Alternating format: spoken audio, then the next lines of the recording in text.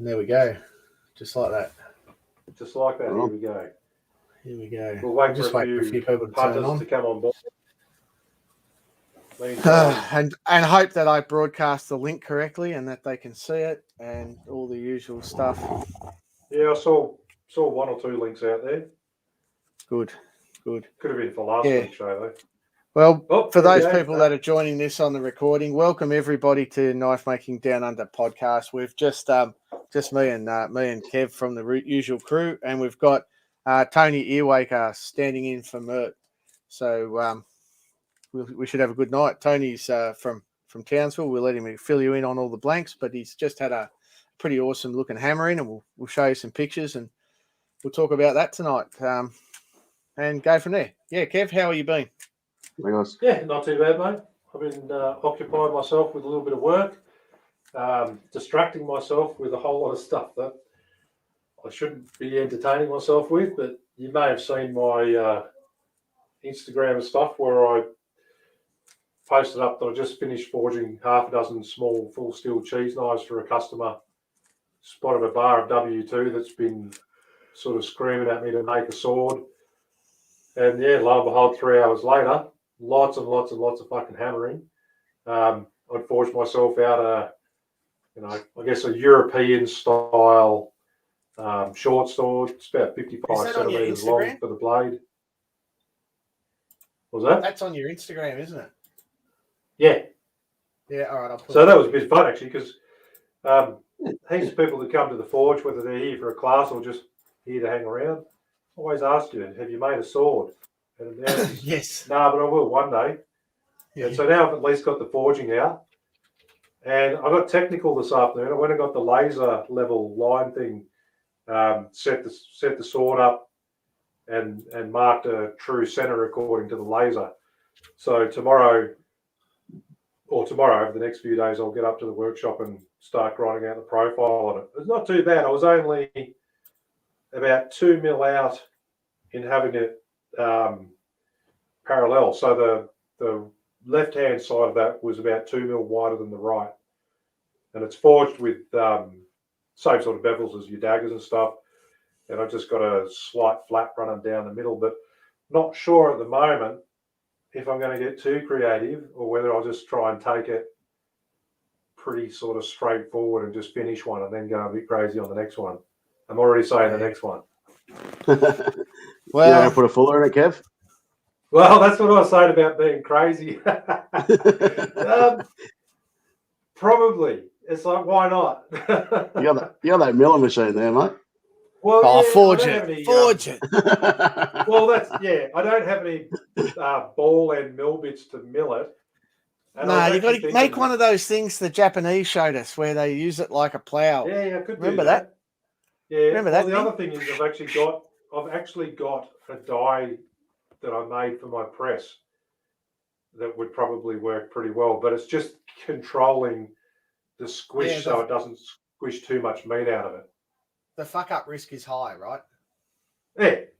So I'll probably just try and manually grind it with a small wheel, probably a small wheel on the bloody Radius Master, actually, one of those ones, mid wheel on the top set. I'm no sword expert, right? But it kind of reminds me of a Gladius.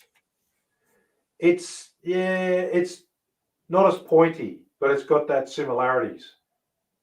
And I was, as I put on the post, it wasn't done to any sort of historical reference. It was just the bar was there and I started hitting it. And then I liked the shape of the tip, so I turned it around and forged out the tang.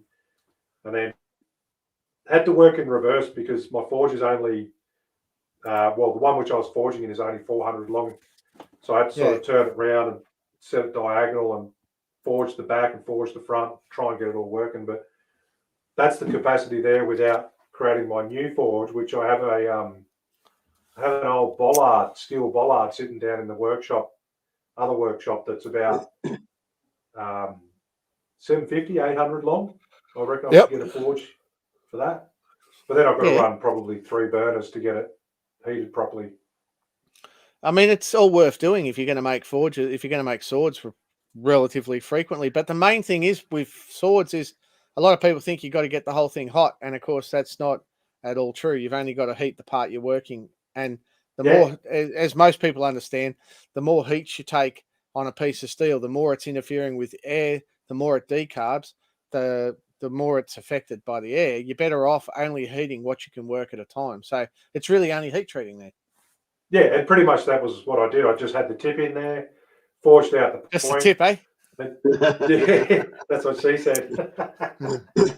Was it hot with So just the tip in there? I forged out the point and then just went that reverse taper back about a third of the way. And then, as you said, I just had it in the forge, in the hot spot on the forge. Purposefully had the forge running pretty hot, but I just heated up that one spot, bashed that, stuck it in, and when I couldn't go any further, that was it. Just turned it around and started at the other end. But it sort of does your head in when you're used to forging from the heel to the tip, and then you turn it around and you're holding it the other way. You've got to forge from like back up the sword. So, it was interesting. Like I said, it took me about 3 hours. So it was a fair amount of hammering. It was a big one of the. It was a huge big bar of W2 that I had from you guys. It's been sitting around for a while. So I don't know probably about 8 mil thick or something. It's not thin. No, we used to. Well, we still do carry it in the thicker sizes for forging. Yeah, I've been working this week on work, but also I've been working on making custom 5 thou barrel knife washers. So I don't know what I was doing when you came, but I use a washer in between the blade and the liners. Yeah. And I can never get ones that have the right thickness and the right size hole, right? And so drilling shim and doing anything with shim is really hard. So I normally get a reamer and ream out a 1/8 thou thick washer to give me the clearance for my pivot. I could put off the shelf 10 thou washers in, but it's twice as thick, right? So half as good. So what I've done is I've worked out how I do it. I've got a whole process now to make custom washers. So I'm quite happy with that. I basically rolled out 1/2 mil bronze to 5 thou in the rolling mill, and then which is as fine as I can get the rolling mill to work. And then use the jewelry disc punch. But I had to modify the disc punch because at 5 thou it just drags in around the punch as you hammer it in. Yep. So I've had to modify it and that. So anyway, I've got a little process together, and now I can make my own little custom bronze washers in 5 thou, which pretty happy. Yeah, nice. That's my knife making adventure for this week. Well, my non-knife making adventure is we've just gone into a 7-day lockdown, so this weekend's course has been postponed, and it just happened to be that yesterday, before all this was on the cards, I measured up and ordered up a heap of steel to make a cage for my trailer. So I'm going to get out and get a bit of MIG welding under the belt and weld up a cage for the trailer. And then I'll have no excuse for not taking the green waste to the tip. I just had you remember the Gamaco show trailer? Yeah. Yeah, we just had that finished having that refurbished and rebuilt as well. So, but you wouldn't put green waste in it. It's a bit nice. No. And I sleep in it. Used to put a hammock in it. I still do. Nice. So anyway, exactly right. Anyway, so Tony's joined us tonight. Tony, how have you been, mate? Tell us about your week and what you've been up to. Get rid of that big ugly picture of me standing there with me sword in my hand. Yeah, I'm trying. That's meant to be on me bloody OnlyFans page. It's my priority. Righto. There you go. Not much really. I finished off that Bowie knife you might have seen, which was. Is it on your Instagram? I'll put it on the screen. I'm not on Instagram. It's on Facebook. On Facebook. I'll find it while you talk. Yeah, so it was a Jackson Rumble design that I did a course down there with him, and I finished that off. I was supposed to have a little rest after the hammering, but I thought I'll stuff it. I'll get that finished, and so I just sort of finished that off, and then having a couple of days off now until next week. I'll kick off again and get back into it. Had a few knives that I did demos on at the Hammer Inn. I'll finish them off probably next week. So, but yeah, Nice. Excellent. So you keep mentioning the Hammer Inn, and I've mentioned the Hammer Inn. So why don't you tell everyone about it? Did you have the Hammer Inn? Yeah, something like that. It came from, I think Corin was discussing Hammer Inns or something, and I had a whinge and said maybe there should be more of them. And yeah, that's the one.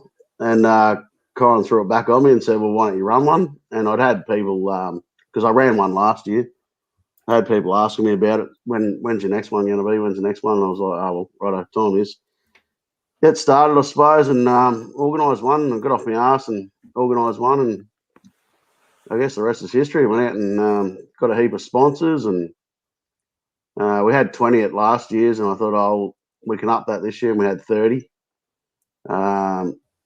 This year, I had two other people help me instruct, which was Jake from Gunny Forged and Denise Axelson from who's a blacksmith here in Townsville.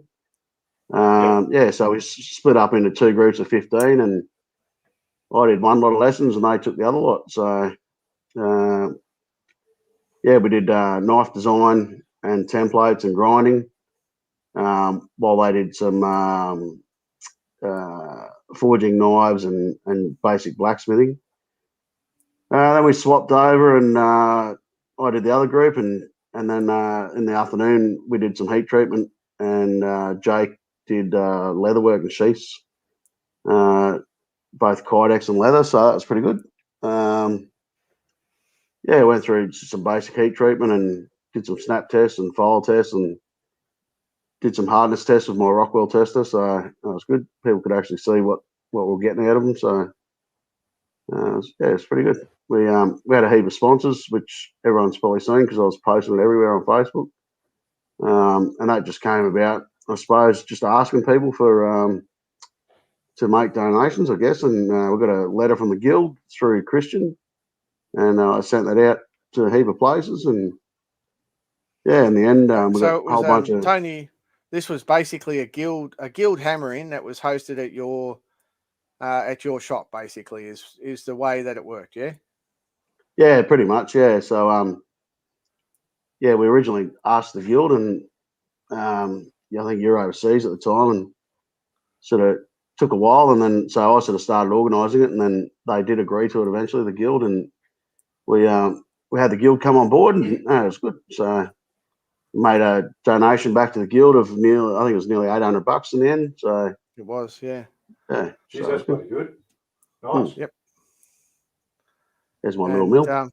There's his little mill, yeah. Yeah, get a little just there.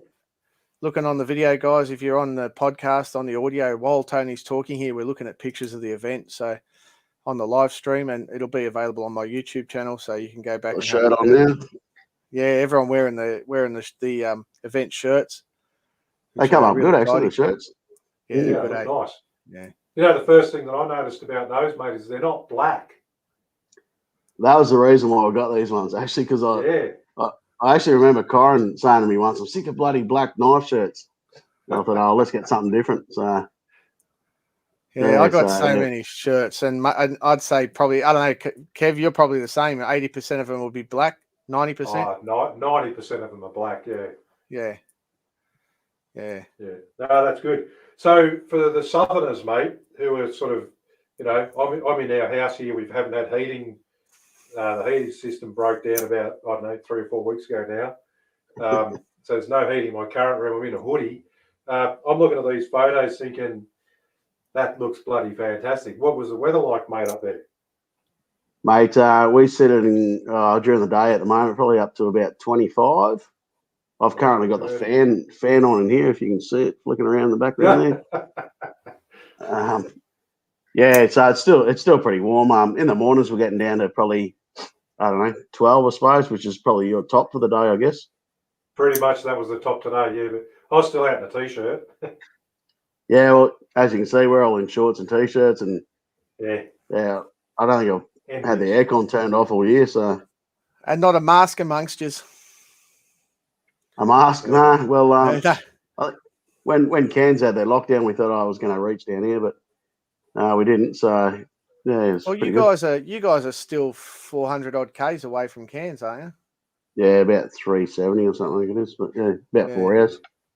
Yeah, we seemed. I just sort of think every time I think of Townsville, I think, oh, it's only 100 k's of an hour's drive from Cairns or something. But the scale of North Queensland, it's often lost on. I think it's lost on most people. Yeah, we're 17. I think it's 1700 k's from Brisbane, and most people think that Queensland is Brisbane. That stops at the Brisbane border. I think so. But yeah, so it's. I think that's what we're talking about when we're talking about the courses and hammer-ins and knife shows and that. You know, like everything sort of stops at Brisbane, and this obviously goes to show that there's lots of interest up here. Like we had 30 on the day that I had to cap just because of the pure size of my shed. Yeah. And I had to stop taking people on the wait list at 15. So yeah, right. Yeah, fair enough we only had one bloke pull out. That was on a Friday afternoon for some reason, and automatically had someone swap in straight away. So that's no dramas. That's good. Excellent. No, congratulations, mate. Like I've said it before, and I'll say it again. There's two types of people in the world. There's those that sit there and grumble about how there's nothing near them, and then there's those that hold one. And here you are. That's it. Right. So well done, Tony. It's a credit to you, mate, to get everybody involved and show them the skills and to put in the organisation and the effort. I know just how much it takes it out of you to do something like this firsthand, and just what it's a credit to you, mate. Just bloody great. Yeah, absolutely. Yeah, as I said, I couldn't have done it though. I couldn't have done it without Jake and Denise, and so credit to them as well. But also my wife. She was in the background running food around all day and taking photos and cleaning up, and so yeah, you know, between the three of them and myself, we got it done, and obviously all the sponsors, so it was good. Yeah, the food in that spread of photos there looked bloody awesome, mate. Like you were saying, if someone went hungry, must have been their own bloody fault. There's no way anyone went hungry, that's for sure. Yeah. I tell you what, Tony. I'll tell you what, though, I'm looking forward to the day when all this lockdown stuff is all over and I can take the Gamaco truck up there for the week and we can hang out and bring the truck up for an event like that. That'd be pretty epic, I reckon. I thought when the can I come on as like a weekend contract employee when you do that? Yeah, so you can come and do some demos, Kev. You could sit in the ski seat in the truck. Yeah, I'll be in the centre. Yeah. Timmy might have to get kicked out. No, Timmy's got the license.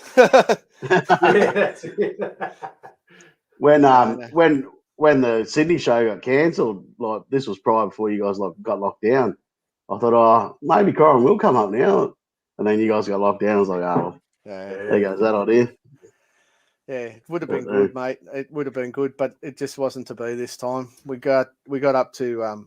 I'd love to fly up and just attend because I like going to Hammerings, as does Kev. Yep. And I'll travel anywhere I can justify to do it, and I can justify Townsville because fuck, there's sure got to be something to do up there. I'll bring the missus and the kids and have a bit of a holiday while we're up there. Send them over to Maggie Island, mate. Yeah, that's but like there's. I mean, we could have easily made it a lot bigger. A few of the guys from Brisbane that were talking about coming up the next one, setting up, and like Wayne Schmidt, he was talking about coming up. So I guess I've definitely got the space because I'm just over an acre, but it's just the shed room. So I mean, if we had a big tent or something like that, we could set up easily. We've got enough room for it, and you could run portaloos and all that sort of shit and.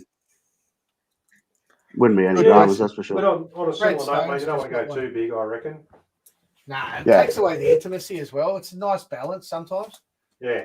Brad Stone says, how do you go about running and planning one activity throughout a day? Seems real hard. Yeah. Well, I guess it wasn't one activity. I suppose it was like a whole bunch of activities that we sort of ran concurrently. I suppose that's what I had. Well, run us through the timetable. Run us through it. Yeah. Yeah. So, hang on a sec. I'll see if I can bring it up.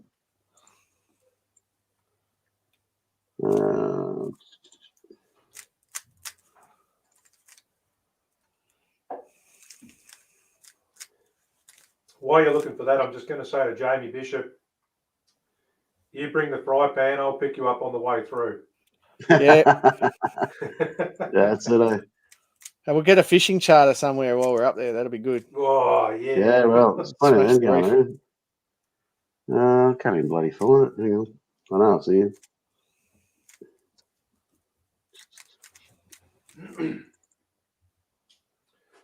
I can't find it, but just go off the top of your head, Tony. Just tell us off the top of your head.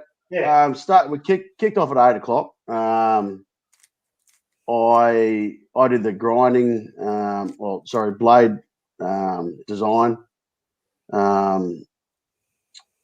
blade design and grinding demos, I suppose, and we went through how you can sort of do a knife at home without a grinder, I suppose. So using the Goff filing jig and just using a normal bench grinder, a normal grinder, angle grinder, and sort of the ways you can get around not having a big grinder. Yep. So yeah, I did that, and then Denise and Jake did. So Jake did knife forging, and Denise did just some forging some hooks. Denise is a real talented maker, isn't she? Yeah, excellent, very awesome. good. And a lovely person too. Yeah, this is where we hear about these people, and Denise is one of the regular show attendees, mate. We haven't seen her for ages, so. Yeah, well, she normally goes down and helps Bruce out, Bruce Spears. So, yes, but she travels around all Australia as well and does a lot of work. I think she's even been with Sean, done a bit of work with Sean. So, Sean McIntyre. For sure. Yep. Yeah, so Denise and Jake took 15 away. I took 15 away. We did about 2 hours each on that, and then we swapped over. Oh, sorry, we had morning tea, swapped over, and then I took the other group through what I was doing. They took the other group through that for another 2 hours, and then we had lunch.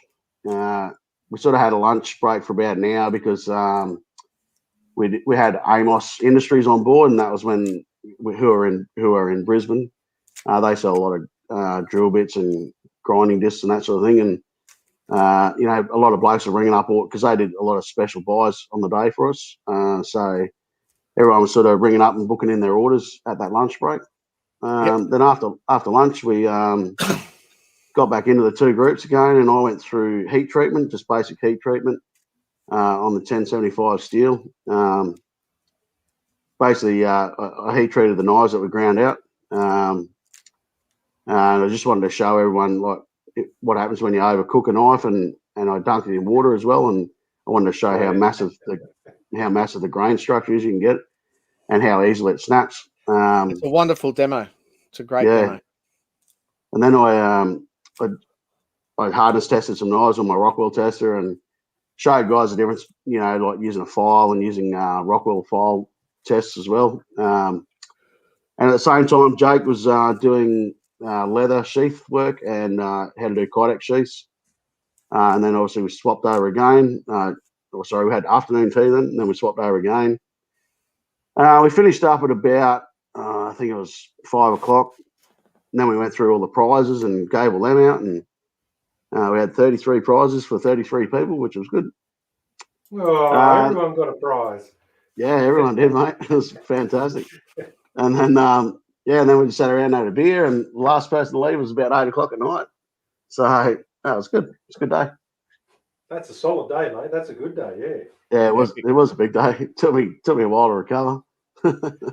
I would have. Yeah, I know that feeling, even just from running the class for two people. It's bloody taxing when you've just got your mind running 100%. Yeah, exactly. Yeah, Jamie just mentioned how good Denise is, mate. She's a pleasure to work with, pleasure to just have her around, And we had a few ladies on the day as well. We had 4, I think, in total. So it was good to have Denise there to sort of guide them and sort of make them feel a bit more comfortable, I suppose, around all the blokes that were there. So yeah, nice. Excellent. And how did you promote the event? Was it just all Facebook or? So just all Facebook, really, on my own pages, plus obviously all the knife pages. So and then, as I said to you, I got a letter off Christian through the guild, and we sent that off to the sponsors, and then I was just advertising all the sponsors as much as I could, and they've, I guess, received a lot of what do you call it? Interest, I suppose, in their own whatever they're selling now out of advertising that we've given them. And so it's good. Like, there's a bit of feedback come back from a few of the different sponsors now, saying they'll definitely come and sponsor the next one as well, which is good. So excellent. Yeah, awesome. Yeah, no, it's good to see companies putting back into the industry. So yeah, I know Gamaco, we put a fair bit in when we did the shirts as well. So yeah, absolutely, it was good. Yeah, And the others too. As you say, Amos, it was. Do you want to list them? Put them out there. The people that these companies, right? They like, believe me, they're competition and everything, but these are companies that support the industry. Where you buy from, when you import stuff from overseas and you're getting it maybe a couple of dollars cheaper or whatever, just remember those companies aren't supporting what we're doing in Australia. So just support these people first. So list them out, Tony. Yeah, so obviously Gamaco, Corin, fantastic shirts, steel, grinding belts, and the forge kit was one of the prizes that we gave away. I mean, that was fantastic. Like, sweet. I was chasing Timmy up. He's probably got the shits of me now. But Naughty Kedge, Bjorn gave us 5 prizes. Scales, pin material, the what do you call them? The grinding blocks and that. Mick from Farmers Forge gave us 3 hammers, and I think he's already got several people buying hammers off him now, like because they were using all mine on the day, and they are fantastic hammers. Anyone that's looking for a forging hammer, you can't go wrong with them. The Tool Boss up in Townsville here used to be called United Tools, so it's a big tool company. They gave us heaps and heaps of prizes. Like literally, it was a trolley full of socket sets and spanners, and mate, you wouldn't believe it. It was fantastic. Bruce, there's a picture. Actually, there's a picture of the prize table. While you talk, I'll find that picture. Yeah, that's right. Yeah. Bruce Beamish from Anyang gave some knife making books. Harron Forbes gave us a bench grinder. Jake, myself, and Denise all gave prizes as well, like stuff that we had. Jake finished off a knife on the last hammering that he actually donated. Denise made up some hooks. I had some books that were donated. Sakeo Engineering down in Brisbane gave us 4 sets of tongs. I know they've received a few orders now of the tongs. Everyone was using mine on the day as well. Lansky's Saddles in Townsville here. So it's a leather shop. It's where I buy most of my leather and leather tools from. They gave us a heap of vouchers. Bunnings, they gave us 3 $50 vouchers. And Woolworths gave us $100 worth of vouchers as well that went towards all the food. So yeah, that's all dead set. And all you did was basically just ask. And of course, I guess with the letter from the guild and that as well, you it's all not for profit. So most companies are willing to help out a lot more when they realise that it's not just someone profiteering, which are clearly not. It's about supporting the not for profits. Yeah, absolutely, mate. Yeah, we and like someone's Mick Webb's written there, would have been cool if a newbie won the forge kit. Well, yeah, a newbie did win the forge kit. The day was aimed at the lower level of knife making, I suppose, the introductory level of knife making. There's only 2 people in the guild up here. So myself, who's a full member, and Jake, who's a probationary member. So we wanted to get out what the guild does and what knife making is all about. And obviously, from the amount of interest that we had, Nathan, sorry, your fire pokers. I haven't got that on the list for some reason. Fire pokers, and I'm sorry, we also had a camp oven as well from Kings. I've got the old list up. Nice. Sorry, Nathan. Yeah, so there's heaps of prizes. I've just got that many of them there. It wasn't funny. As I said, there was 33 for 33 people. So, couldn't go wrong. But sorry, getting back to what I was saying, we wanted to get the guild out there about what they do. And at the end of the day, before I actually gave out all the prizes. We sat down. I went through all the sponsors and what they do and what they sell and what they can do for, for the knife making community. And I think sort of everyone took that away. And then I did a bit of a spiel about what the guild does and spoke about the insurance and how that's important to us as knife makers. Even blokes that want to go and sell something, they make it at the markets and that that they're covered under the insurance. So it was good. Excellent. Yeah, no, I'm pretty stoked. I've set up been working with the committee. Sorry, the committee's been working to set up a structure to have more hammerings, guild hammerings for guild members. This was a beginner's hammering because Townsville, there's a big beginner crowd up there, but we're talking about running more and more high level, hands-on hammerings rather than presentation style ones. So there's plenty of things going on at the moment. I just, the guild's also just started running the tech talks, which are pretty freaking good. I mean, we've only had one, but it was awesome. So, but anyway, well done, Tony. Credit to you, man. Thanks. You've, I know the amount of effort you put in, mate. And for somebody who at the start said, "Oh, how do we go about running one? How do you go about running one up here?" And I said to you, "Well, you run it." And fuck, look where we are now. The second one in, and it's bigger than Ben-Hur. Yep. Yeah, absolutely. Yeah. How do I pick who got what prizes? I put 33 names in a bag, and I got someone to draw the first one out, and then everyone that won a prize after that picked the next one out. So couldn't have been simpler.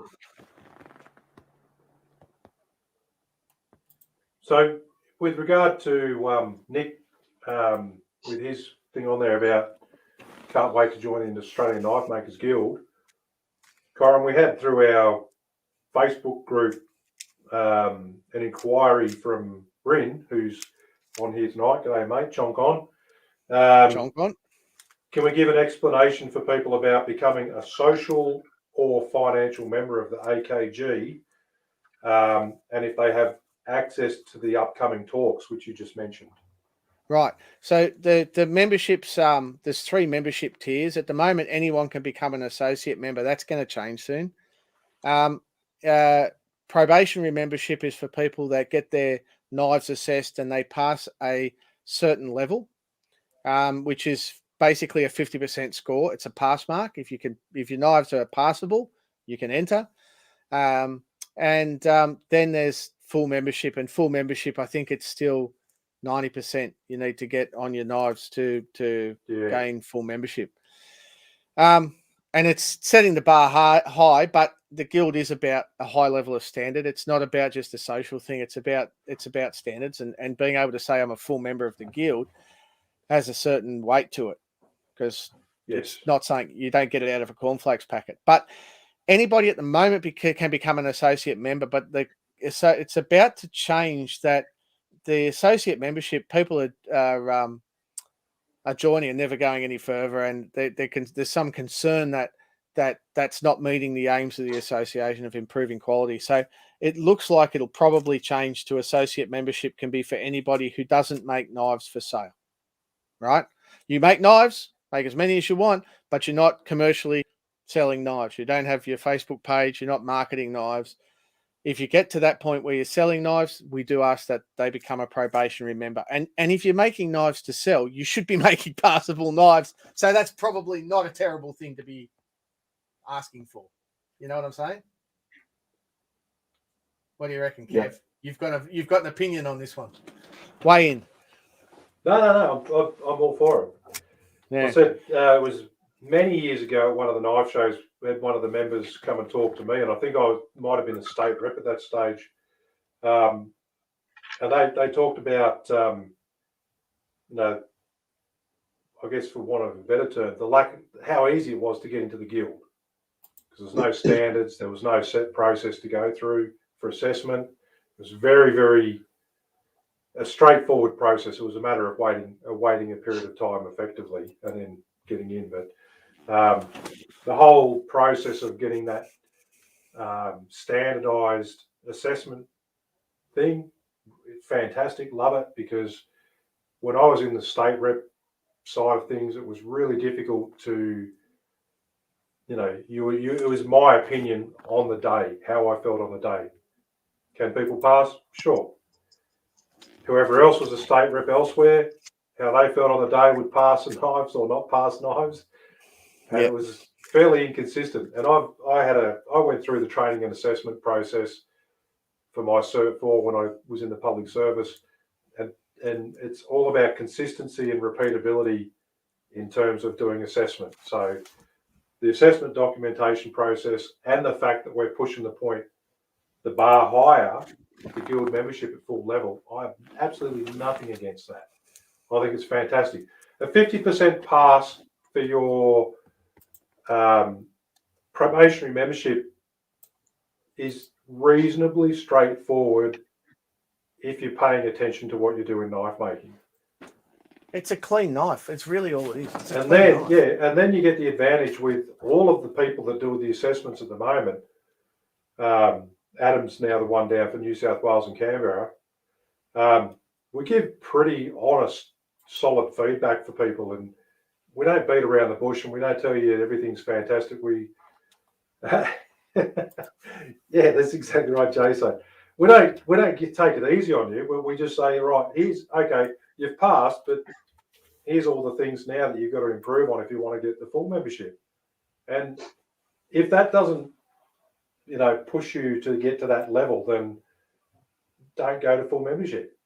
Like, honestly, I think too that there's a proper assessment sheet now. Like when I was a probationary member and I did my probie assessment, it was just the assessment sheet was pretty poor, to be honest. And it was now three it's knives actually a and proper some comments. Yeah, now it's actually a proper assessment sheet, and you can actually go through it and go, yep, and you sort of self-assess yourself before. Well, I would anyway before you send it off. Correct. And when I did my probie assessment, tapered tangs went in there, that sort of thing. It was pretty straightforward. And then you go for the full assessment, and now at least it's got the tapered tang in there. You've got to do that. You've got to have metal on metal contact, and the stuff's there. You know what you need to do. So. And the guys are there to help you, by the way. There's the guild guys help guild guys. I'm not saying they won't help anyone, but there's guys out there. I'm not going to mention too many names, but there's guys out there that unless you're putting in the commitment to improve and showing that you're putting in the commitment to improve, they're not going to give you their opinion. They're not going to give you the time of day. Yep. And there's good makers, really good makers that'll sit down with you for hours and help you if they think that you're putting it in. But if they think that you aren't interested in improving, you just don't get anything out of them. And I respect that, to be honest. Their time is worth something. Yeah. I mean, I had heaps of feedback from, Kev was one of them, Karim, Peter Del Rasso, there's heaps of blokes that I was asking info off, and everyone's more than willing to give you feedback and give you a hand. As long as you're not a dick, I suppose, like you say, Corin, just don't be a dick. There's only one rule in life. That's a general rule in life too. Don't be a dick. Yeah. I know someone was just social media, man. It's a bitch. So a lot of those guys, they just keep their mouth shut now because they've been hit down too many times by dicks, and that this is just about building it up, being something better. Anthony, you've got to find wherever you get invitations for groups. You've been invited to the group, mate, because you're a paid up financial member, but you haven't accepted the invitation. So unless you do accept the invitation. I invited Anthony again just earlier this evening. So figure it out. Go into some part where you get I don't know. You'll find it in Facebook somewhere. Yeah, you'll figure it out. I don't know. Google it. Yeah. That's what it's all about. And that's what it's all about. Like this holding back and to get some courses under your belt to improve in all aspects. Brad, you can join the guild today and start learning. And it's you can do it depending on whether or not you want to go down that path of becoming an associate member. Honestly, though, Brad, I think doing courses, mate, is it's going to put you 12 months to 18 months ahead of where you would be without it, honestly. Spot on. Yep. get as many as you can. Do different courses with different people. Yeah, absolutely. And look at their credentials as well. There's lots of courses out there, but look at where they stand, what their credentials are, and make sure it's worth paying a bit extra. So I'm just going to leave it there. That's fair enough. You know, how long you been teaching now, Kev?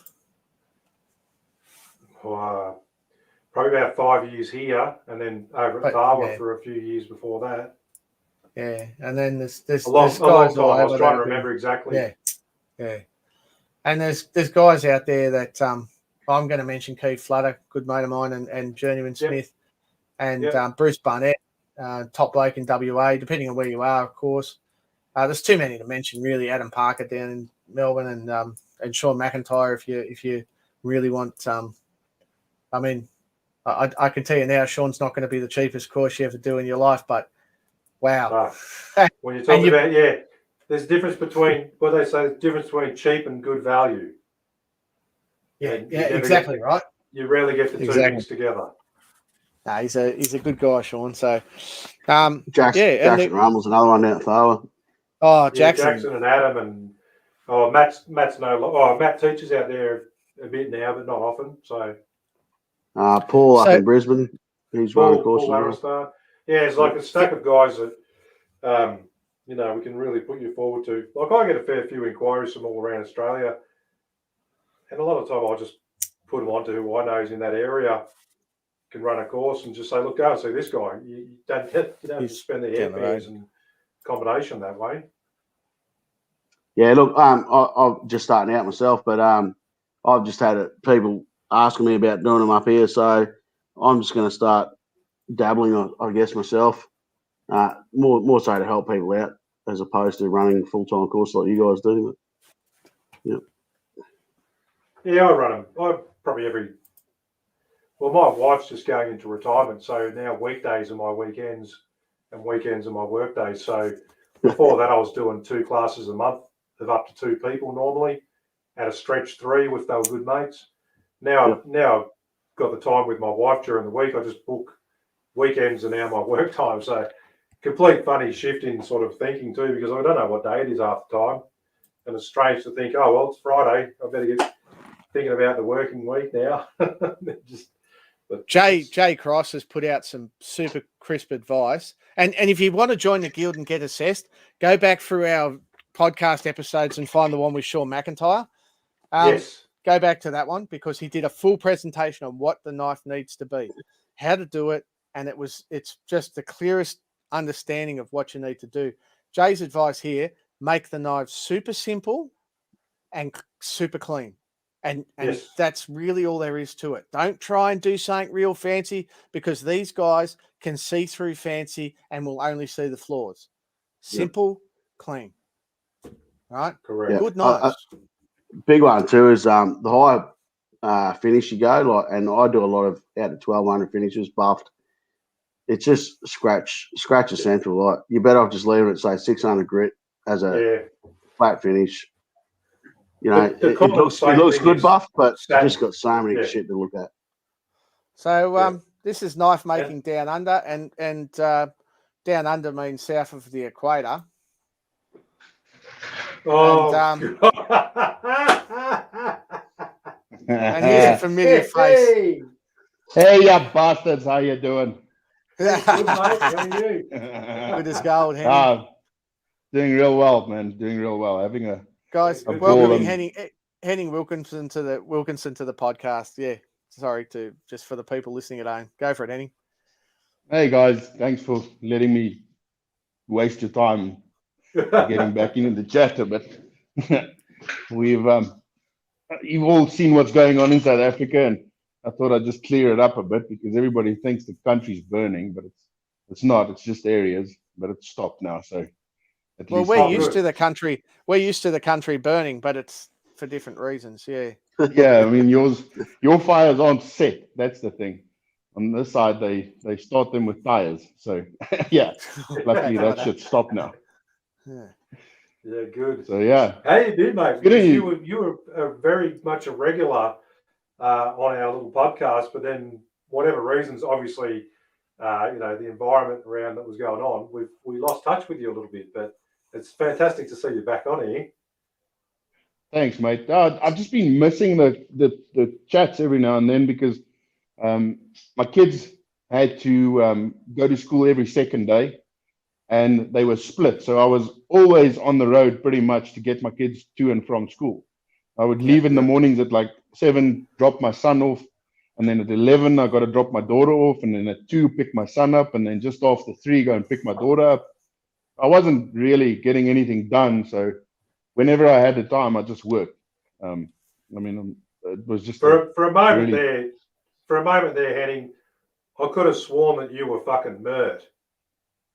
Fuck off, you ugly bastard. Jeez. Fucking hell. Next time I see you, I'm going to kick you in the nuts, you fucking dirty bastard. Fucking hell. Mert. Jesus. I thought this podcast went dry, but I see you fucking drunk as a skunk, Kev. No dry here, mate. Oh, you dirty bastard. That's a low blow, man. Fuck. Well, Is there a referee in this fight? Can I get a minute just to recover? No, mate, just grab the goalies and squish them. If I can find them. Tell you what, Henning, would you be prepared to do a presentation for the Australian Knifemakers Guild about this time one time? Do a presentation on one of your special knife making skills. Yeah, mate. Anything, whatever you guys need, let me know. We'll take that offline, mate, because fair dinkum, your knives are beautiful. So thanks, mate. Yeah, I reckon there's plenty to be learnt there. I'd gladly help you guys out. I mean, it's like Steve Schwartz always says, you can't take all of this shit to the grave with you. Just share as much, and I really try. I really try to share a lot of what I do with guys. It's not always easy. But I'll definitely do that for you guys. We'll talk about it and see what we can come up with. No worries, man. Awesome. No worries. Henning, I think Matt Snape was just referring to me, saying that you reminded me of Mert, and he's just asked, is it the bald head or the grey top? Oh, jeez. It was actually in reference to you running around after the kids all the time. Oh, okay. Not for other. Well, that's what he's doing tonight, isn't it? Yeah, he's looking after his kids. Danny, his wife, is not feeling well, so Mert's taking charge. He'll look at this later on and just shake his head. Yeah, probably. What's the time over there, Henning? It's just after 1. It's 1:15 at the moment. So in the afternoon. Yeah, in the afternoon. Yeah. You won't catch me in the shop in the morning. In the morning, not easily. I did that the last couple of weeks, but I tell you what, I'm slightly burnt at the moment. I'm going hunting next weekend, and I can't wait. I'm just gonna go into the bush and freaking sleep. Just find a tree and lie down. Okay, fair enough. So what are you gonna hunt? Like South Africa? I'm thinking lions, tigers, and shit. What? No, mate. No, no. We do that in our backyards. You remember? Oh yeah, right. No worries. Every now and then, we've got to head out the backyard and just go and clear the field so that the wife can put the washing up. And, no. Now, what had happened is I hadn't hunted in like 26 years, and my son is of age now so that he could start hunting. And I took him hunting about a month ago. And I tell you what, it's something that I really missed. So we've sort of decided that we're going to stop doing commercial meat in our house, and I'll basically go hunting like once every second month to make sure that there's enough meat in there. So it's just going to be a meat hunt. So a bit of rhino, bit of what are we talking about? Hippo. Hippo? No, I'll probably shoot a couple of impala, and I might take a kudu with a bow if I can get one. So it's nothing fancy like that. I might. There's a nice sable, but it's a little bit expensive. If I can come up with $1, I might go and shoot that. But I'm not really a trophy guy, but I like putting them up on the wall after I've done it because it's sort of a memory. It's not just Yeah, can I no, say fair it? enough. Fair Yeah, enough. plenty So on the the wall. kudu and stuff are probably the equivalent of when we go deer hunting here. No, mate, I've seen your deer. That's why they call it deer because it's oh dear, look at that little thing. Like oh goodness. Oh, yeah. Like yeah, we Fuck off. yeah, I want to shoot something big in Australia. Yeah, let's go find you a cow, brother. Let's go find you a cow. We'll see if we Well, can. buffalo. buffalo.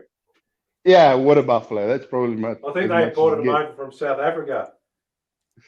Yeah, just don't let them import Cape buffalo because those things they'll fucking end Australia. I don't know what it is with those things. They're like the devil of the bush. Every other animal. Say again.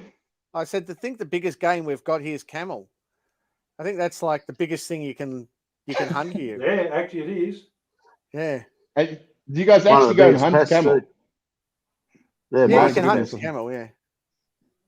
Fucking hell, I can't believe that. Is there somebody riding the camel or is it just the camel? Because the whole the middle of Australia is all desert, like it's pretty rough country. Very early on in the settlement of Australia, they brought camels over to the ships of the desert to transport supplies out to the missions and whatever else. And those camels went wild, and it's a real problem. Actually, one of our customers, a knife maker down in South Australia, from fucking what's his name, Kev? He said he drives the Gan. Jesus, Scott Broad. Scott Broad tells me how much damage they do when the trains hit them. The camels get onto the train tracks and just follow the tracks, and then the trains come through and take them out. And he said they just cause no end of damage to the trains. And you don't think of a train getting damaged by an animal, but apparently it's a thing. Yeah, but I mean, mate of mine hit a small kudu bull about 3 weeks ago, and it actually wrote his ute off totally. So it's a write-off. And he was doing like 80 kilometers an hour. Took the roof off, put the roof in the back.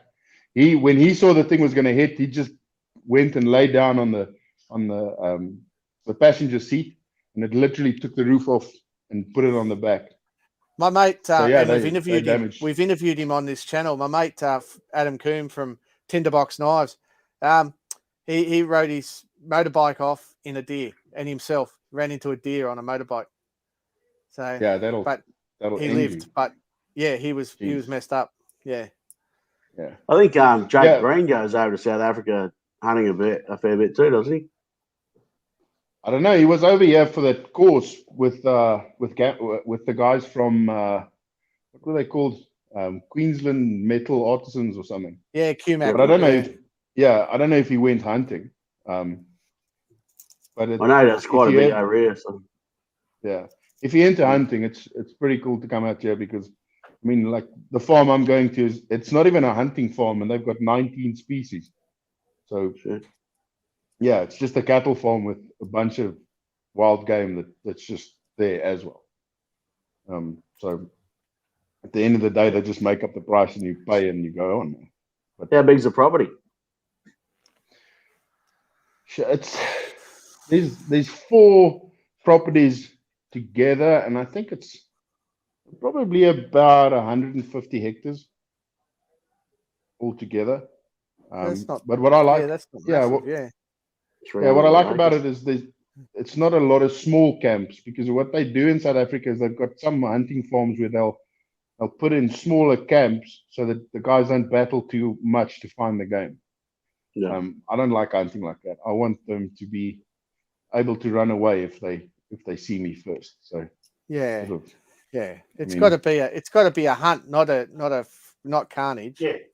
Yeah. It's not a shooting fish in a barrel type deal. Yeah.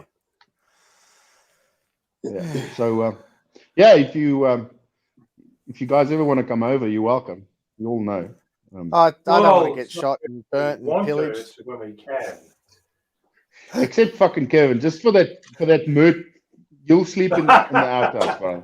I'm not allowed then, am I? No, I'll put you in the shitter. You can sleep.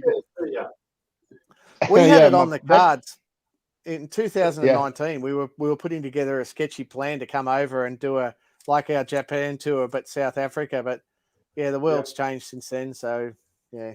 Yeah, mate, it's horrible. I mean, I don't even want to go there. I don't even want to talk about it anymore. No. We've got So, tell us about your latest build. You're doing a particularly nice dagger at the moment. How's that treating? Yeah, it's going a lot easier than the first one. Let me take it out here. I'm actually sitting here engraving and carving while I'm listening to you guys. What had happened was I built the knife, the first one, for a client overseas, and a good customer of mine. Let's get the lighting there so you can see it. Here we go. He wanted it, and Just I sort lift of it a bit higher. Oh, don't worry too Sort much. of- I'm going to put it up. I'm going to put it Yeah, up no, on that's it. A your little bit Instagram. lower. Don't worry. Don't just. I'm going to put it on Instagram. Just wait. Just wait. Just stop. Is that what you want me to do, Just trying to Kev? cover your face.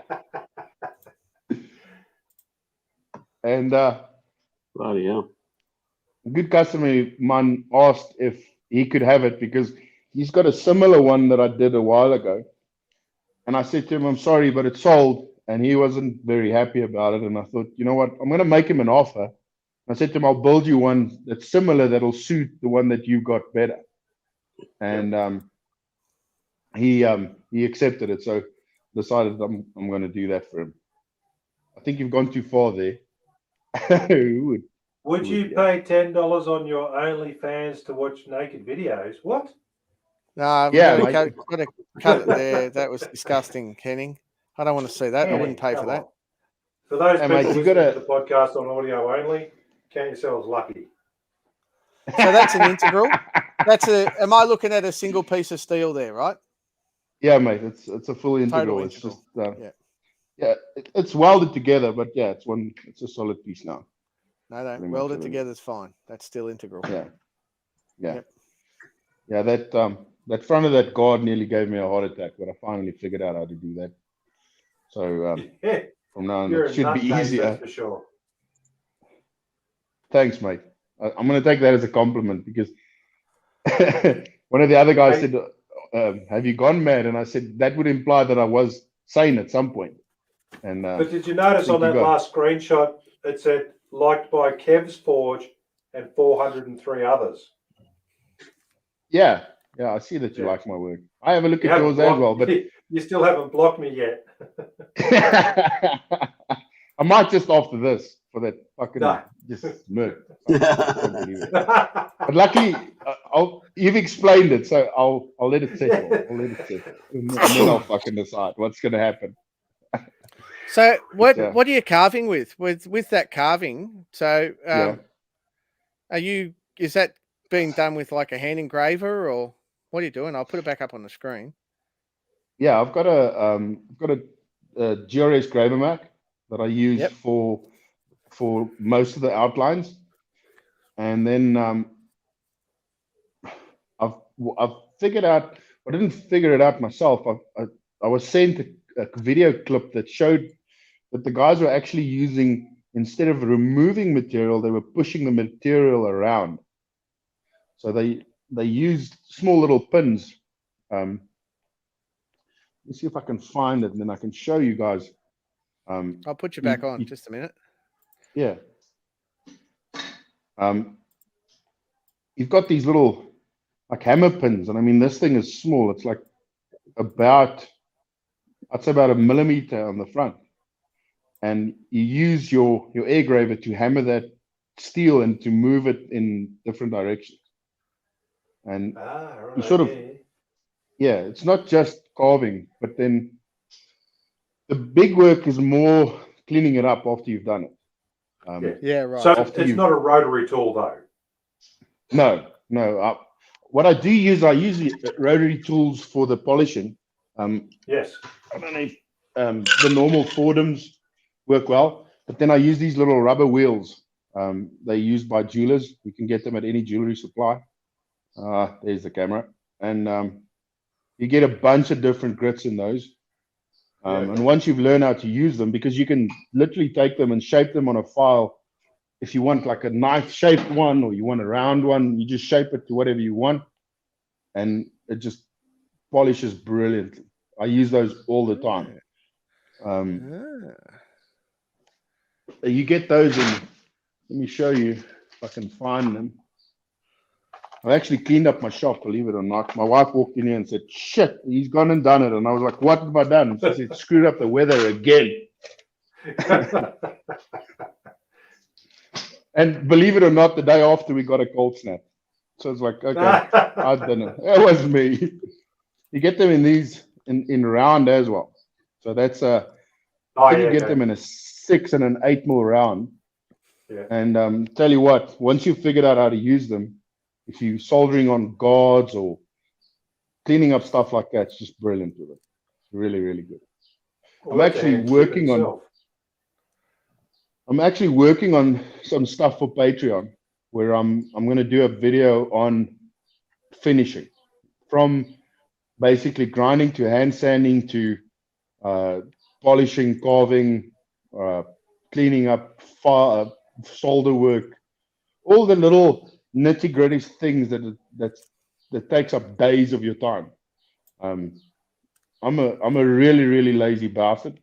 So if you want to know the quickest way to do something, ask me. I've probably figured it out. Because I don't like going a long way around. So I'll figure it out. Well, good on you, man. Good on you. I'm just looking at your Instagram here, and there's a whole bunch of keyholes. You doing a bit of production work, mate? Oh, that sort of happened by accident. Oh, right. Fair enough. Happens to the best myself. I wanted to make myself one. Accidents. I made myself one, and then I think I made 8 of those in one go, and all in like 2 separate stints. But I said to my wife after I finished them, I'm not going to do that ever again. I don't think so, because I was just so over doing footwork that I didn't really want to do it again. Now, that's actually a knife my son did. It's his first knife, or his second knife. Yeah. And that came out really sweet. My brother bought that, and he's really happy with it. He carries that thing around every day. I was really proud of the little bastard. So, as you would be. Nice. As you would be. That's insane. Yeah, he's actually busy with his second one. How old is he just turned 12. Just turned 12. Wow, fuck off, he did it by himself. Come on. Yeah, mate, he did. Yeah. I helped him with the grind, and I helped him to solder the bolsters on. That's it. The rest he did himself. All the shaping, all the rest of it. Look, it's not perfect. If you look at it from other angles, you'll see that there's stuff wrong with it. But I'm not gonna. That's one thing that you guys mentioned earlier about the guild giving feedback to the guys. In my world, there's no banzing around. If you screw up, I'm going to tell you, dude, sorry, but this is bullshit. This is not what it's supposed to look like. Yeah. And even if it's your first knife, I'll do that. And guys don't really like that about me, but that's the way it is. And if you look at that knife that he's done, he came to me like every 6 minutes or every 10 minutes and said, "Dad, what about this?" And I'm like, "No, that's not right. Fix it. That's what it should be." And then he would go back to the grinder and go and try and fix it. And then my dad literally showed us how to do stuff by just letting us do it. I remember my mom told me the story when I was on a like a 25-liter drum standing in front of the lathe with a piece of wood in the lathe, and I could barely see what I was doing. And my mom walked into the garage or the workshop and went, "What are you doing with him?" And my dad's comment was, "Oh, he'll lose a finger. He won't die. Just leave him. He's going to learn a lot."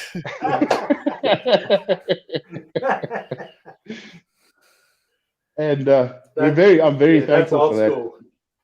Yeah, and I mean, I'd do the same with my son. I'll just let him play with the tools and do whatever he wants. Yeah, no, it's good if they're interested. That's for sure. My oldest boy he's now doing fabrication, stainless steel welding, non-ferrous welding, and finishing. But anyway, Tony. Yeah. So how did Tony? We haven't spoken too much about you and your background in knife making. How you got into it? Let's Henning. You help us interview Tony about his journey in knife making. Where'd you start? Yeah, mate? Bert. How did it all happen for you? So I was in the army for almost 24 years as a fitter armourer. Fixed guns most of my army career and spent a lot of time in the infantry battalions and stuff like that. And always had a love for knives, I suppose. Funnily enough, and I'll get onto this later, but after my dad passed away a few years ago, we found a knife in one of his toolboxes out in his shed, and I said to my mum, "Where did this come from?" You could tell it was handmade. You know, it was quite rough, but anyway, found it in his toolbox. And my mum said, "Oh, your grandfather was a blacksmith striker in the railway." I was like, no one mentioned telling me that while he was still alive. You know, like, fuck, come on. But so back to me, 24 years in the army. I was several deployments overseas, medically discharged. I got PTSD, so medically discharged. And just before I got out, they said to me, "You can go and do a course." And I said to them, "What type of course?" And they said, "Well, anything you want." I said, "All right, let me have a look." So I had a look around, and I found some courses in Canberra for knife making at Tharwa. And I went back to the army and said, "Oh, I want to do a knife making course."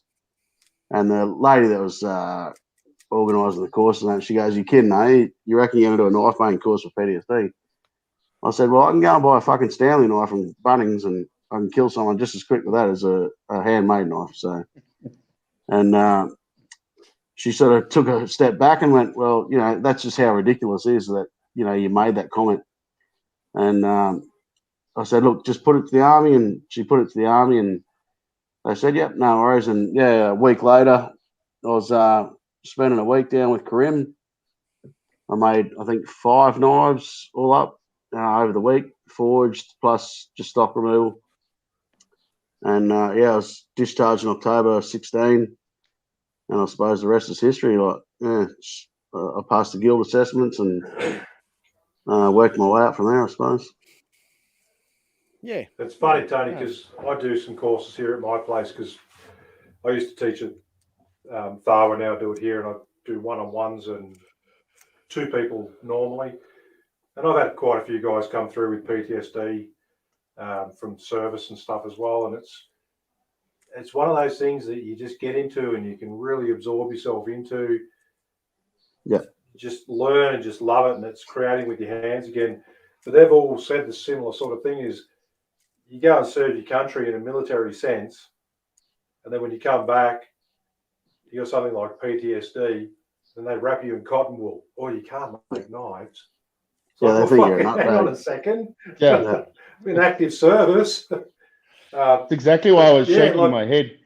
I mean, the guy's been taught to kill people by the country that he's, by the military. Yeah. He doesn't need to go and make a knife to do it. I'm pretty sure he could do it with a screwdriver if he needs to, or with his bare hands. You know, it's just nuts. And they, you know, they, as you said, Kev, they sort of treat you like a baby. And, you know, I guess in a way, I see knife making for me personally as a way to take my mind off the shit that's going on in my head. Like, so I know I've got to concentrate. I know that if I'm not concentrating, then you fuck up, and you fuck up real bad, and you fuck up fast. You know, like, excuse my language, but you know, shit goes wrong real fast in knife making, I suppose. And if you haven't got your shit together and you're not concentrating, then you take that day off. You don't do anything that day, and you move on the next day and you crack onto it. You know, so that's the way I sort of approach knife making now. And I like it because it's sort of just, you know, you get to that stage where, like I said, you've come back from that service, you're not really sure where your support lines are, and then you enter something like a knife making community, and yes, a lot of arseholes. I mean, I won't point fingers directly at. Trying to get the camera. Nah, you you get contacts with another community of people that are all focused on the same sort of thing as well, and most of them willing to help out. And it just grows and grows and grows. I mean, and look at you now, you're running fucking hammer-ins.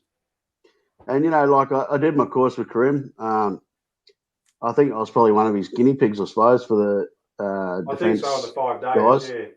Yeah, and now he sort of runs a lot of the courses, and he's got, you know, gets funding through DVA and stuff like that. So, you know, it's good that he's getting something out of it as well. And, you know, I probably do a course with Karim at least. I'll try to do one now, at least sort of once every year. I'll go down to the, you know, knife shows and that. And, you know, I think I've got a lifelong friend in him. And, you know, all his crew down there are awesome, you know, really good guys that want to help out. So, yeah. Just got to get you to fucking come past my place next time you're down. I'm only 15 minutes away. Mate, I'll keep trying, you know.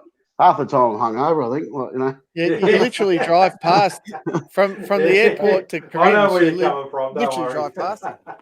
Oh, see, I say when I go down there, I stay with my best mate who lives out of Yass. So I always straight out to Yass and come in. Oh, Tony, you're not missing much, mate. Don't worry. You're really not missing much. Come on, mate. I'd put a chocolate on his pillow. It's good because I get to shoot when I go down there. Yeah, mate. Careful of that chocolate, mate. Really careful of that chocolate. It's either going to give you the shits or it's going to be shit. But That's it. I don't trust that bastard as far as I can throw him, and he's fucking big. You can't throw him anyway. Bullshit. So you mean I can pick you up and throw you? I'll try next time I see probably. you, I promise. But look, there's another thing about Tony as well. It's not common knowledge, but he's putting in a fair bit of time helping out with the social media for the guild as well, which I used to do, but kind of burned out. And Tony's stepped up and done a fair bit. So just thanks heaps, Tony, for everything you're doing. It's appreciated, and probably not known really widely what you're doing. And but definitely should be, and definitely appreciated. Absolutely. Yeah. So yeah, I think good. Jamie's just hit on something there that thank you for your service. And I feel that as a South African, I mean, we haven't been in a war in I don't know how many years. Anyway, not a war that was like world impacting anyway. But I always feel that the guys that do go and fight these wars, even though it's not theirs, they're doing it for us as well. And the South Africans, they're blind to it. They don't see it. So thanks, mate. Appreciate it. We went and did a lot. So yeah, I had a bunch of guys phone me from America a while ago, and they wanted me to do to host courses for them as well. And they're a bunch of rangers that used to serve together, and they also basically all of them pretty much in the same boat as you are. And we couldn't do it because of COVID, but I set it up that they could go to a couple of one of my mates in the States that was also in the Ranger Corps. And the one guy came back to me and he said, you know what, I've done everything I possibly could to get rid of this PTSD that I live with. And he says he's done courses in pretty much anything. He says, but knife making, for some reason, just works for him. And he's found that all of his mates that went with him does exactly the same thing for them. He says they've all come together and they've bought machines and like bulk buys and set themselves up, and they're all like full-time knife makers at the moment. So that's brilliant. There's a guy down on the South Coast we've had on the show before by the name of Dean Hamilton, runs an organisation called Forged Through, especially for PTSD. Nothing against Karim, but it's just another option. Dean's a really good bloke, and he does some cross services stuff as well. So he'll normally have pretty good mix of people through there. He's got a pretty nice forge too. Went down there at the beginning of the year. Was it this year? I don't know. When I wasn't locked down, and went bass fishing with him. It was great fun. But yeah, great guy, Dean. So another option if you're out there and you're feeling that you need a bit of help or whatever, and you've got the opportunity to get into knife making. There's a couple of options for you straight up, and I reckon you'd suggest to be a good idea, Tony. Oh, absolutely, mate. You know, as I said, it's something to sort of take your mind away from the shit that's going on in your head. And as I said, there's no pressure with it. I don't do it every day, as you know. So just sort of, if I'm having a shit day or whatever, I won't do it because I know it's dangerous. And and then the next day I'm sort of back into it, and it's good. So I think I've told you my story, Corin, about I was hungover one day because I was having a shit night. I got on the piss and I used my paper wheels, held the knife up the wrong way, and fucking next thing you know, it's through my leg. So, That's what I was telling you before with my grinder, Tony, that I've got buff on one side, sharpen on the other. Well, I've actually written on my grinder now. I've written on mine now, edge down, dickhead, and I've written that on my grinder. I run mine edge up, but with the grinder running away from the wheel running away from me, and I do it at about 11 o'clock that way. But no, it's a fantastic thing. Like I've been humbled. Like Dean Hamilton did the course with me at Barwa. And I've had a lot of feedback and connected with Dean quite well, and we're bloody top mates now. I was actually meant to go down to his place for a bit of bass fishing and stuff a couple of weeks ago, but we had to call it off for some personal reasons there. So, there'll be other times to get down there. But I've been really humbled by some of the feedback because when the vets come to me or the guys at PTSD, they're just guys to come here. They're not, like I said, don't wrap them in any fucking thing. Don't put them in any category.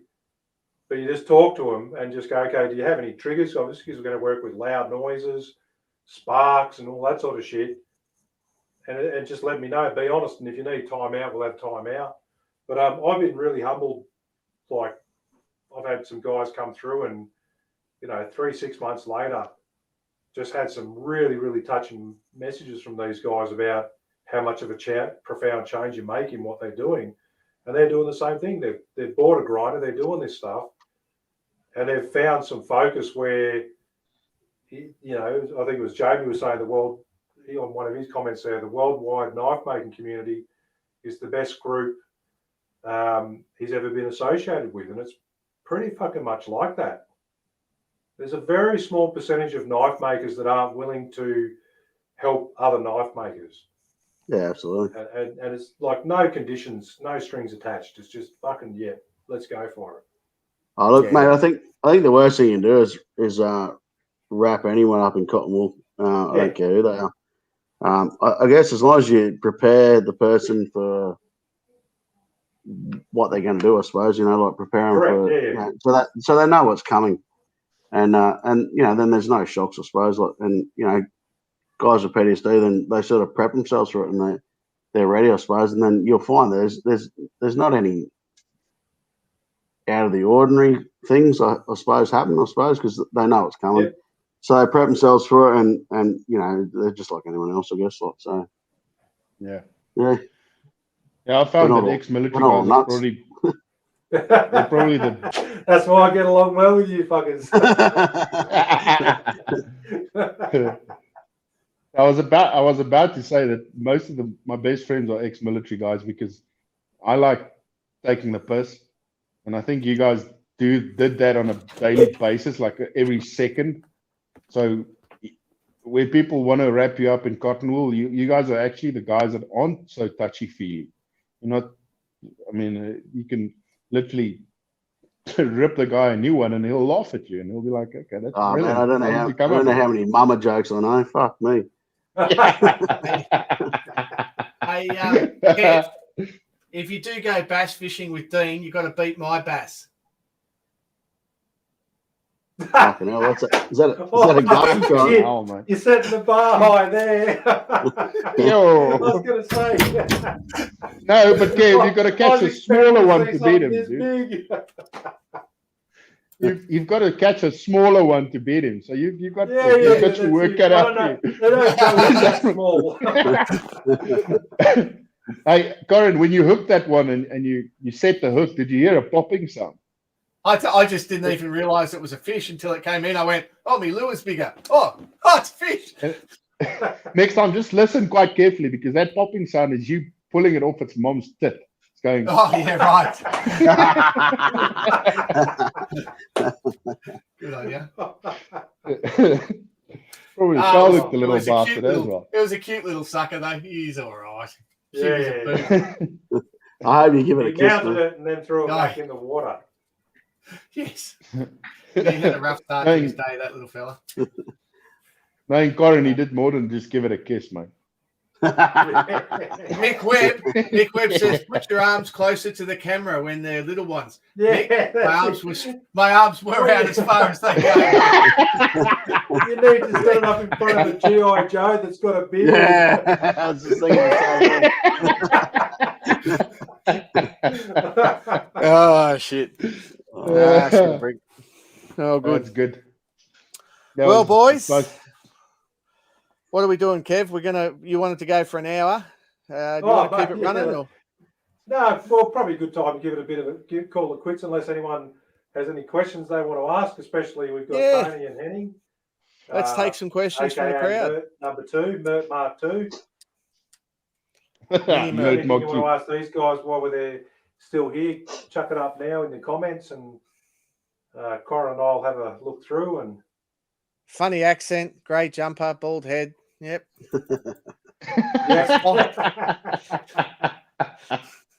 Jason, we actually had a request. We actually had a request from one of our listeners who's over in Texas. We reached, our reach is that far. I don't know how he came across us. I don't know how he came across us, but must be doing a porn search and then just happened to come across down under. He probably typed in Kevin Sluttree and then he found you. Sluttree. That's it. But we'll leave it for when Mert's back on. But he asked us to do imitations of American accents, so we'll leave that one for another episode. That could be quite funny. I want to hear Mert do a full-on American accent. Other than from Georgia. Well, he lived there for a long time, so. Well, I always phone up Jason Knight and I do this one. How you, mate? How you going? I gave him a call one day, and he was busy live on YouTube, and he put me on the video, and he was like, "And this is my mate from South Africa." And everybody was like, "What kind of hillbilly is that?" Boys, I was going to go to the loo. Catch up. We've all got to get hillbilly teeth and start ringing Jason Knight out of the blue. Yeah, well, I think what we'll have, I'll ask him. We can get him on the podcast. He's pretty funny. Yeah, he's a pretty funny dude. So we've got 2 questions. They're both relating to your engraving. So what gear are you using, and how did you get started, and what gear are you using now? So you did say you're using a GRS, but just go through it. Yeah, let us know. You got a microscope. What do you got? Yeah. Okay. So what I've got is I didn't spend as much money on a microscope. I feel that a good Chinese model will probably do the trick. You can still work very, very fine with it. Then I've got a GRS Graver Mac or Mach. I don't know how you pronounce it.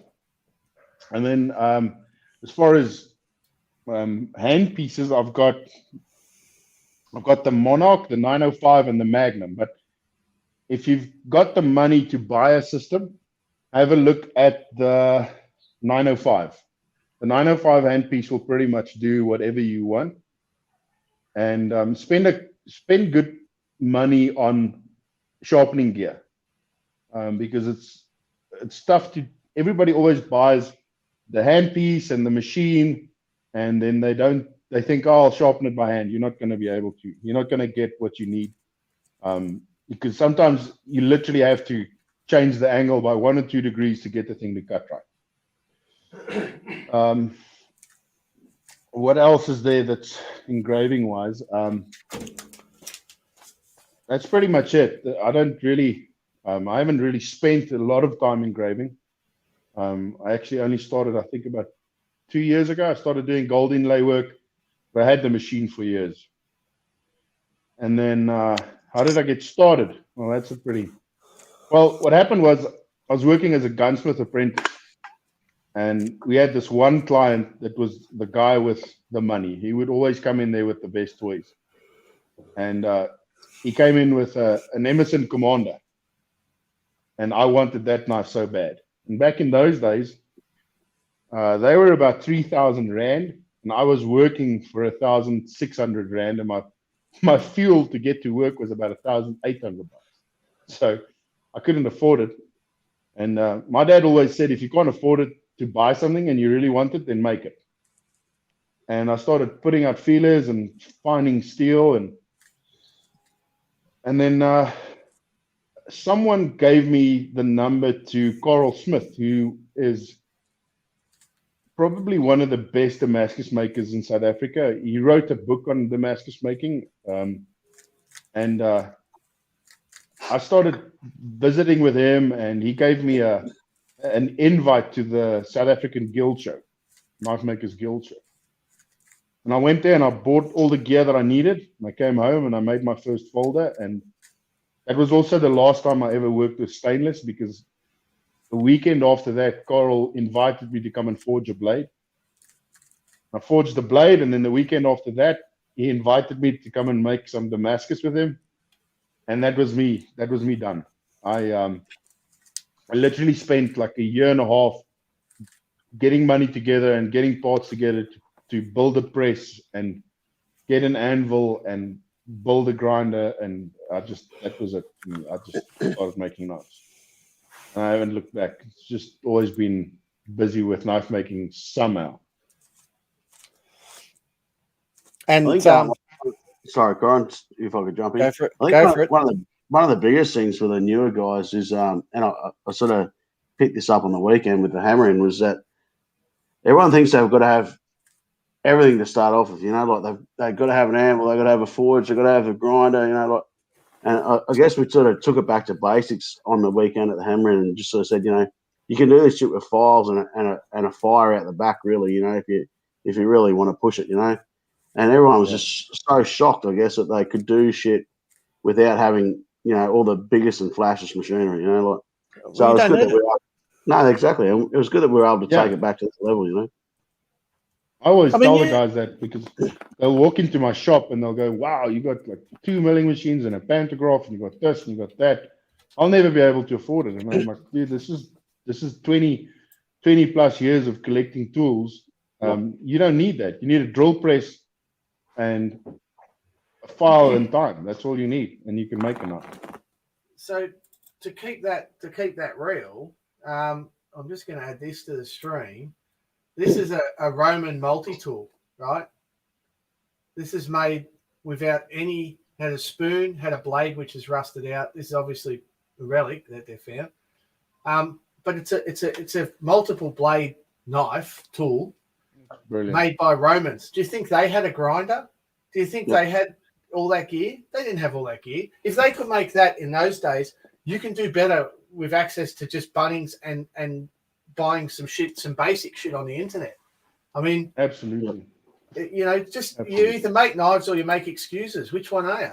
Yeah, yeah. And you know, I spoke to the guys about when I went to Nepal last year. And, you know, I was doing the course making cookeries over there, the Gurkha knives. And it was all done on the ground, just, you know, over a piece of, I don't know, mild steel or whatever. And the fire was literally on the ground, and he had a hairdryer, his missus' hairdryer blown in the side of it. And this guy makes the Gurkha knives for the actual Nepalese army, you know, so. How many blacksmiths did we see in Japan, Kev, that were working on just a small block of steel sitting on the ground? Oh, absolutely, yeah. A hole in the ground and a block of steel. And the hole was to stand in. So you didn't even need a stump. Yeah. They didn't even use a stump. No, seriously. They either sit on the edge of the hole or stand in the hole and put the anvil on the ground. And they don't even need a stump. 2 foot deep, so their legs hang in there, and then everything is at ground level. It was unreal. Yeah. It's so, no wonder they've got those weird eyes. It's because they look at everything differently. Don't go. Fuck me, man. I'm going to think about this. I'm going to figure this shit out in a different way. So I'm not going to use a pedestal. I'm going to dig a fucking hole, mate. That's why it's just a different way of looking at it. It's just a different way of looking at it, mate. And it's really that simple. You sometimes need to be a bit creative when you don't have the right tool for the job, but you can do a lot with a little. a hell of a lot with a little. A file is an incredible tool.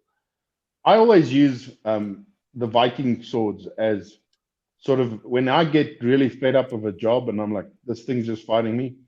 I look at their swords and I think to myself, yeah, okay, everybody's always going on about a samurai sword and what an awesome thing it is. But in my mind, the Vikings had a far better understanding of what they were doing.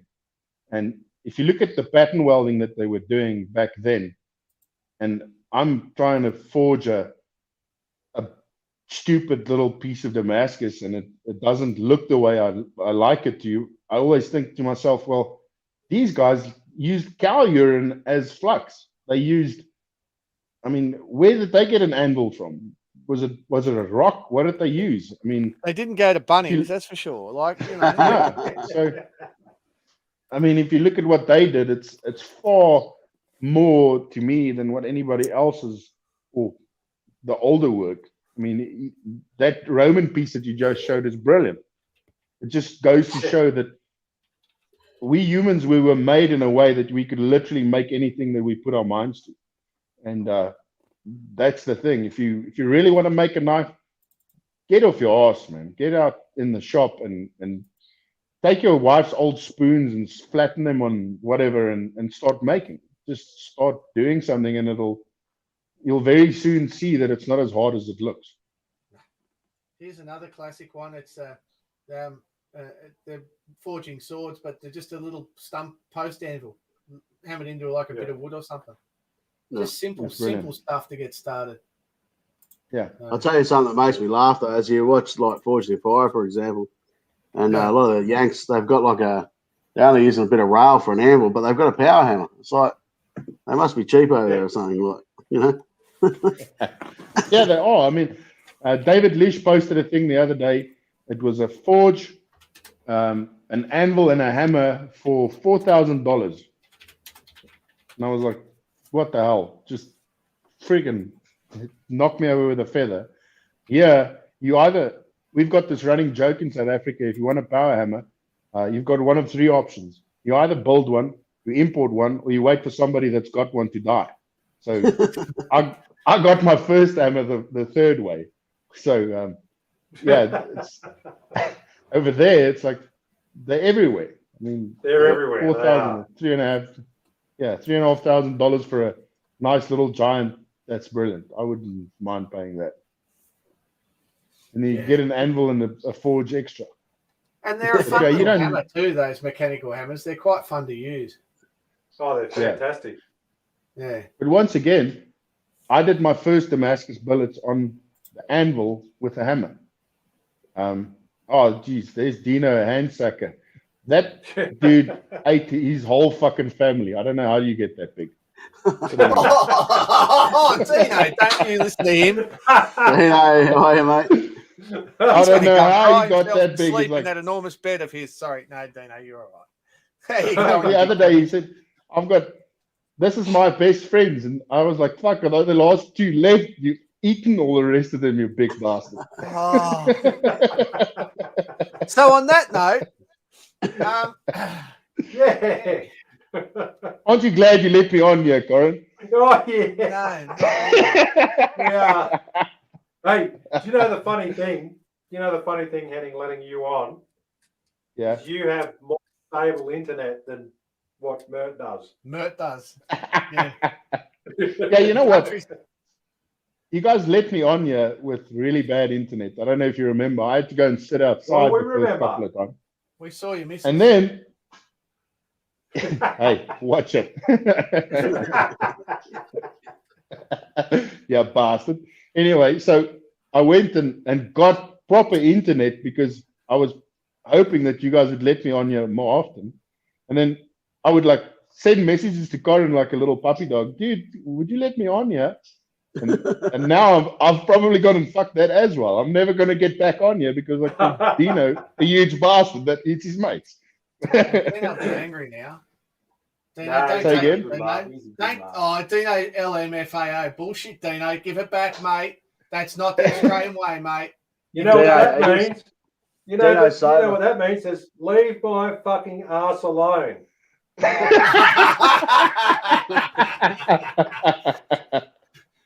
Maybe, Kev, you must maybe ask that guy that made that belt for you to put that on your next belt. I've got to give a fucking massive that, a shout strap out on? to Connie Hansen, Nuts Connie. Months and months ago when we had a podcast, someone was saying I looked like I'd lost weight. It doesn't now, they've got my beard on again. And Connie sent me a message because I said something about not having a fucking good belt. Connie sent me a message saying, I'll make you a belt. And I'm like, oh, okay. So we're going to do a barter arrangement. But I got that belt in the mail the other day. Holy shit. Connie Hansen, Nuts Connie on Instagram. Fucking amazing. That fucking belt is unreal. I love it. I threw the other ones out. I only got one belt now. It's his. Well, I tell you, I've lost fucking 15, 20 kilo. I'm coming down to me last hole, Connie. Where are you? Where are you, man?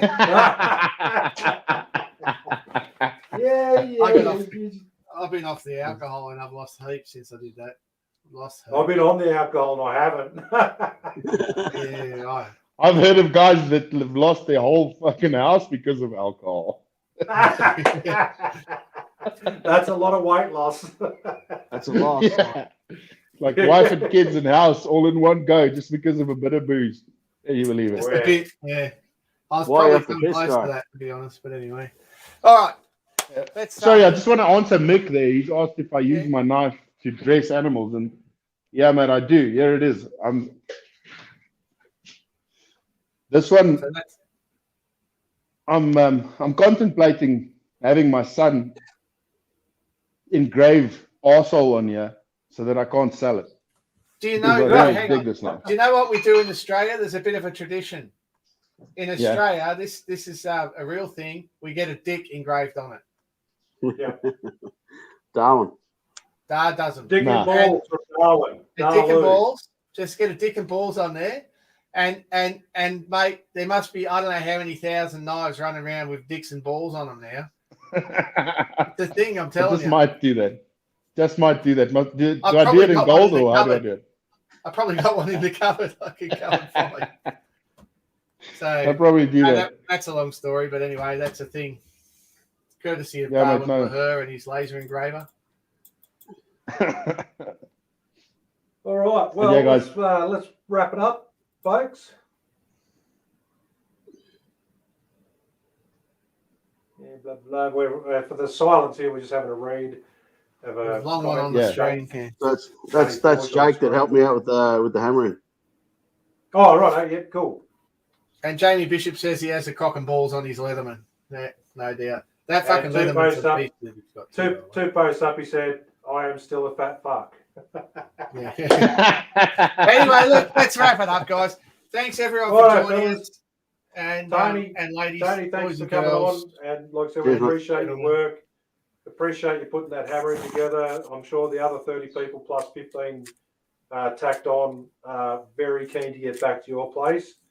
Henning, good to see you, mate. It's been too long. Really has. Yeah, mate, it has. Safe and well. Yes, Thanks, guys. that's Yeah, the thing. thanks a lot for letting me back on, yeah.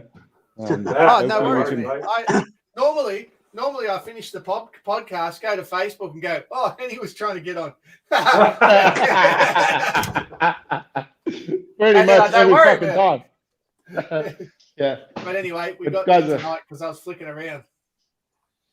appreciate it, man. Yeah, next time, let's do that demo that you guys were talking about, and let's get this Yeah, Carl will talk game about out to that, everybody. the guild stuff. Yeah, let's see if we Absolutely. can get something nice done. Very good. Right, everyone. Isn't it Thank you my for birthday? listening in. Thank Always you. a pleasure to have your company for the pubcast. We'll probably look at start getting back to them in a weekly scenario, and if we'll sort of gauge it for about an hour's worth, and if we're still talking shit and you guys are having fun, then we'll keep talking shit. Otherwise, we'll sort of do an hour and leave it at that. But more frequently, we're getting a lot of messages from people. Keep them coming in too. Always appreciate your feedback, even if it's shit. We're going to be here for the long haul anyway. Yeah. Righto. Okay, guys. Good night, Cheers. all. Thanks, man. Keep well. Cheers, guys. Good See you. night. Cheers. Bye.